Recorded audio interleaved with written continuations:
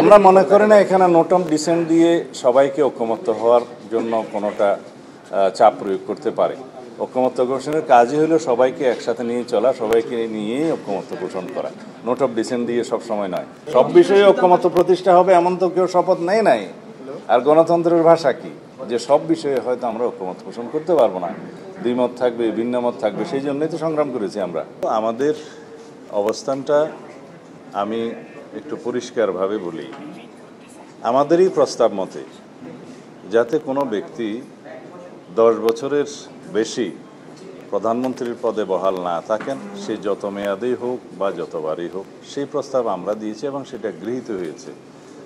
তাতে আমরা একটা কন্ডিশন দিয়েছিলাম যে অন্যান্য যে সাংবিধানিক প্রতিষ্ঠান এবং কিছু সংবিধিবদ্ধ প্রতিষ্ঠানের নিয়োগের জন্য যে কমিটি করার কথা বলছে এবং সংবিধানে রাখার কথা বলছে, সেই বিষয়ে আমরা একমত নই।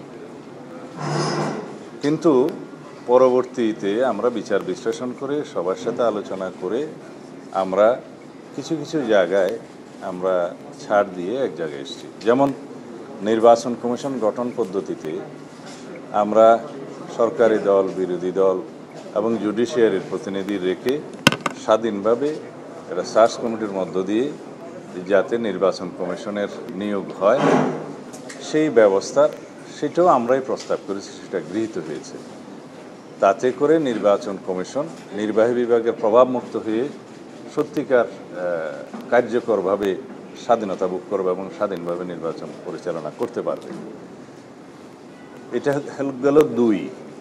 তৃতীয় নম্বরে আমরা তত্ত্বাবধায়ক সরকার ব্যবস্থা পুনঃপ্রতিষ্ঠিত হলে যেটা হয়েছে প্রায়, সেই তত্ত্বাবধায়ক সরকার ব্যবস্থার মধ্যে যে কোনো রকমের সংশোধনী যদি কোনো পার্লামেন্ট আনে, সেটা পরবর্তীতে রাষ্ট্রপতির সিগনেচারের আগেই গণভোটের ব্যবস্থা রাখার জন্য সেই প্রস্তাবও আমরাই দিয়েছি এবং সেটাও গৃহীত হয়েছে।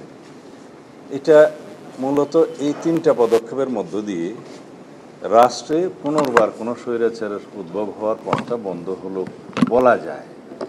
Moreover, complete independence of judiciary ensure করার জন্য আমরা অনেক প্রস্তাব দিয়েছি, ঐক্য কমিশনের অনেক প্রস্তাব আছে এবং জুডিশিয়াল রিফর্ম কমিশনের যে প্রস্তাবগুলো ছিল প্রায় সব প্রস্তাব আমরা একমত হয়েছি। এবং আপনারা জানেন প্রায় নিত্যদিনই জুডিশিয়ারির বিভিন্ন রিট এবং তার ভার্ডিক্টের মধ্য দিয়ে ইতিমধ্যেই জুডিশিয়ারির স্বাধীনতা অনেকটা ইন্ডিপেন্ডেন্স হওয়ার পথে এগিয়ে গিয়েছে, বাকিটা হয়তো পরবর্তী সংশোধনের মাধ্যমে যাবে। তো এই 4টা ব্যবস্থা যদি কার্যকর থাকে তাহলে কোনোভাবেই রাষ্ট্রে সাংবিধানিকভাবে বা সংসদীয়ভাবে স্বৈরতন্ত্রের উৎপত্তি বা ব্যক্তিতান্ত্রিক স্বৈরতন্ত্রের উৎপত্তি আর হতে পারবে না। কিন্তু এখানে একটা বিষয় লক্ষণীয়, নির্বাহী বিভাগকে রাষ্ট্র এবং সরকার পরিচালনার ক্ষেত্রে যাতে কোনোভাবেই বাধাগ্রস্ত না হতে হয়, যেহেতু নির্বাহী বিভাগের অ্যাকাউন্টেবিলিটি থাকছে সংসদের উপরে, সংসদের কাছে, এবং নির্বাহী বিভাগের অ্যাকাউন্টেবিলিটি থাকতেছে জনগণের কাছে। কিন্তু নির্বাহী বিভাগের যদি অথরিটি না থাকে বাট অ্যাকাউন্টেবিলিটি থাকে, রেসপন্সিবিলিটি থাকে, সেটা ঠিক হবে না। সুতরাং নির্বাহী বিভাগের অথরিটি এক্সারসাইজের ক্ষেত্রে রাষ্ট্রের বিভিন্ন অঙ্গের সহায়তার প্রয়োজন আছে। সেই বিবেচনা থেকে আমরা মনে করি যে এখন সাংবিধানিক যে সমস্ত প্রতিষ্ঠানের নিয়োগ এবং সংবিধিবদ্ধ বিভিন্ন প্রতিষ্ঠানের নিয়োগ সংক্রান্ত যে নিয়ন্ত্রণটা করতে চাচ্ছে সাংবিধানিকভাবে, সেটা যদি হয় তাহলে নির্বাহী বিভাগের কার্য সম্পাদনে এবং সঠিকভাবে একটা ভারসাম্যমূলক সরকার ব্যবস্থা এবং রাষ্ট্র ব্যবস্থা পরিচালনার ক্ষেত্রে, প্রতিষ্ঠা করার ক্ষেত্রে অনেকটা বাধা পেতে হবে। কিন্তু জনগণের প্রত্যাশা অনেক।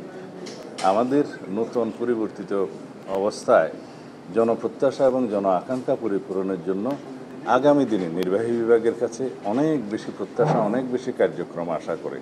সেই লক্ষ্যকেই আমরা সামনে রেখে মনে করি যে নির্বাহী বিভাগকে অতিরিক্ত দুর্বল করার মধ্য দিয়ে রাষ্ট্রের সেই আকাঙ্ক্ষা, জনগণের সেই আকাঙ্ক্ষা পরিপূর্ণ হবে না।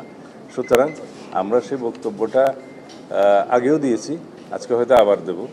সেটার বিবেচনা আমরা মনে করি সেই আলোচনায় আমরা অংশগ্রহণ না করাই উত্তম। ধন্যবাদ। কিছু সময়ের জন্য ওয়াকআউট বলাই যায়, অবশ্যই যাব। কিন্তু এক্ষেত্রে নোট অফ ডিসেন্টের যে সব ইস্যু আছে কোনো কোনো ক্ষেত্রে আমরা মনে করি না এখানে নোট অফ ডিসেন্ট দিয়ে সবাইকে ঐক্যমত্য হওয়ার জন্য কোনোটা চাপ প্রয়োগ করতে পারে। ঐক্যমত্য ঘোষণের কাজই হলো সবাইকে একসাথে নিয়ে চলা, সবাইকে নিয়েই ঐক্যমত্য পোষণ করা, নোট অফ ডিসেন্ট দিয়ে সবসময় নয়।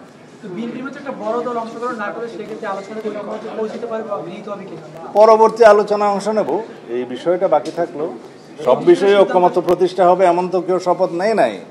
আর গণতন্ত্রের ভাষা কি, যে সব বিষয়ে হয়তো আমরা ঐক্যমত পোষণ করতে পারবো না, দ্বিমত থাকবে, ভিন্ন মত থাকবে, সেই জন্যই তো সংগ্রাম করেছি আমরা।